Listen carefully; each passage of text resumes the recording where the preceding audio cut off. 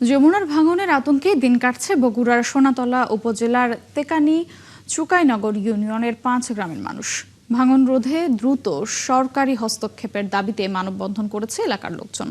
পানি উন্নয়ন বোর্ড বলছে, ভাঙন রোধে প্রয়োজনীয় ব্যবস্থা নিতে বাজেট বরাদ্দের অনুমোদন চাওয়া হয়েছে।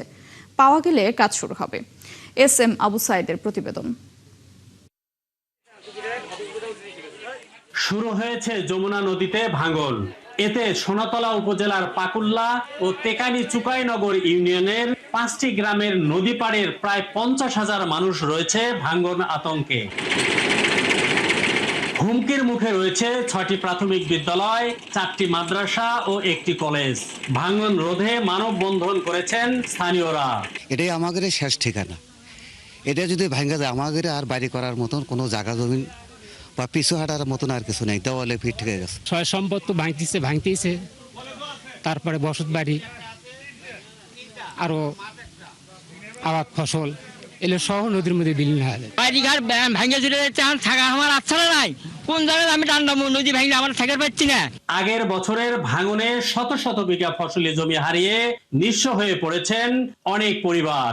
ভাঙন ঠেকাতে কার্যকর উদ্যোগ না নেওয়ায় আবারও বসত ভিটা হারানোর শঙ্কায় তাদের দিন কাটছে। আমাদের গ্রাম নদী গর্ভে বিলীন হয়ে যাচ্ছে। আমাদের এলাকায় অনেক নেতাকর্মী আছে, অনেক এমপি মন্ত্রী আছে, কিন্তু কেউ আমাদেরকে আগে আসতেছে না। আমাদের নদী ভাঙন থেকে খুব ইমিডিয়েটলি আমাদের রক্ষা পাওয়া জরুরি। আমাদের অচিরেই এই কিছুদিনের মধ্যেই আমাদের বাড়ি ঘরগুলো সব নদীর কবলে চলে যাচ্ছে। পানি উন্নয়ন বোর্ডের কর্মকর্তারা জানান, জনগণের জানমাল ও সরকারি স্থাপনা রক্ষায় প্রয়োজনীয় ব্যবস্থা নিতে বাজেট বরাদ্দ চেয়ে ঊর্ধ্বতন কর্তৃপক্ষের কাছে প্রস্তাব পাঠানো হয়েছে।